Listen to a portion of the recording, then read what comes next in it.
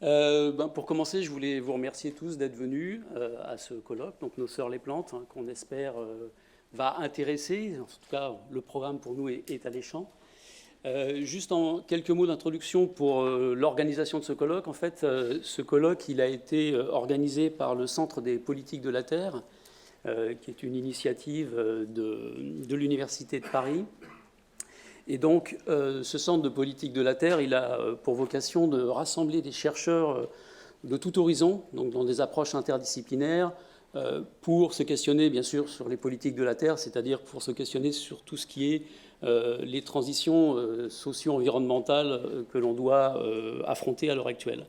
Donc, parmi les thèmes et les travaux donc de ce centre, il y a l'organisation d'événements tels que celui-ci, et donc, on remercie beaucoup le Centre de politique pour son soutien. Et on tenait aussi à signaler qu'il y a 2 laboratoires donc, qui sont affiliés, en tout cas où un certain nombre de personnes sont affiliées aussi à ce Centre des politiques de la Terre, qui nous ont aidés à l'organisation de ce colloque. Donc, je vais laisser la parole tout de suite au directeur du laboratoire interdisciplinaire des énergies de demain, Mathieu Arnoux.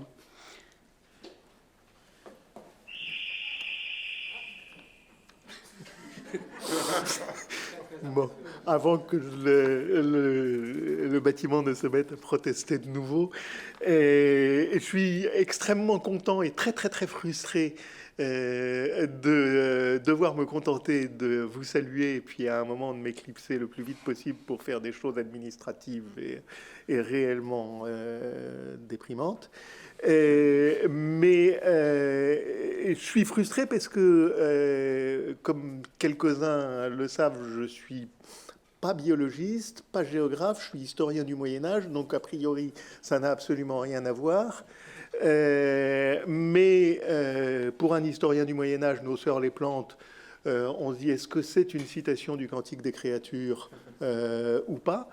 Moi, j'irai immédiatement voir si on me laissait la possibilité chez Saint-Augustin, s'il n'a pas dit des choses sur ça dans le commentaire de la Genèse, et sur le fait que on vit au milieu des végétaux et que les végétaux sont ceux qui croient. Hein, la définition même de la nature, c'est ce qui naît et ce qui croit. Et je rappelle que des mots comme éducation, comme enseignement, ce sont des choses qui disent faire croître des plantes.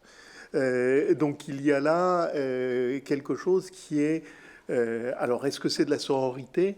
Je ne sais pas. Est-ce que les plantes ont un genre féminin? Je ne sais pas. Pas obligatoirement en latin. Je crois, je ne sais plus quelles sont les règles, mais elles sont compliquées. Mais par contre, pour la discipline que je porte dans mon laboratoire et à l'université, ça fait sens. La deuxième chose, c'est cette idée de parentèle. Moi, m'a fait réfléchir à une autre idée qui est inhérente au Centre des politiques de la Terre et à notre laboratoire, ou à nos 2 laboratoires, parce que le LADIS, de ce point de vue-là, est un laboratoire frère du LID.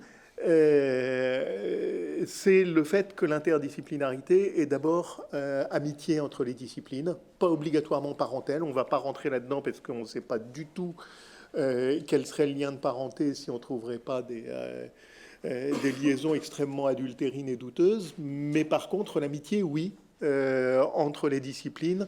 Et ça, je pense que c'est quelque chose qui est extrêmement important. Autant par moment, à l'intérieur des disciplines, c'est tendu, comme à l'intérieur des familles. Mais quand on est entre les disciplines, fondamentalement, ce sont des chercheurs qui veulent se parler, qui veulent s'écouter, qui veulent s'emprunter des idées.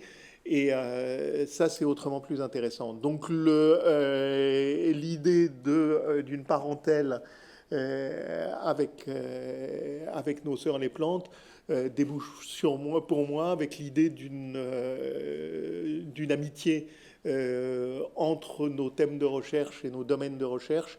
Et ça, je crois que nous sommes beaucoup, peut-être tous, dans cet amphi, prêts à passer du temps à ça. Et je regrette de ne pas passer plus de temps à ça aujourd'hui et demain, malheureusement. Merci.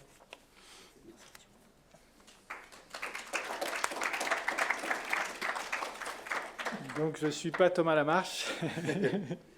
Thomas Lamarche est qu'à contact, donc il n'est pas là. Donc, je suis là pour présenter rapidement le LADIS, qui est en effet...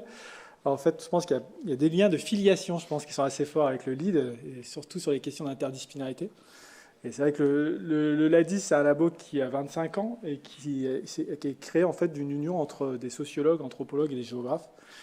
Et donc, ce labo, au départ, était sur des questions plutôt rurales, et petit à petit, il allait vers les questions environnementales.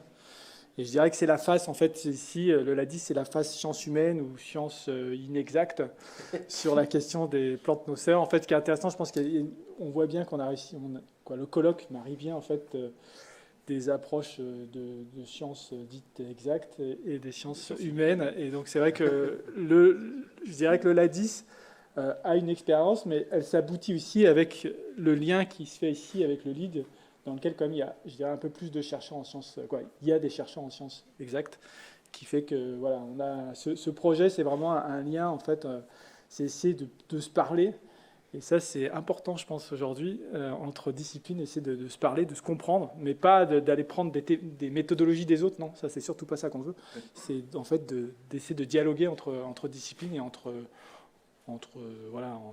des épistémologies qui sont différentes.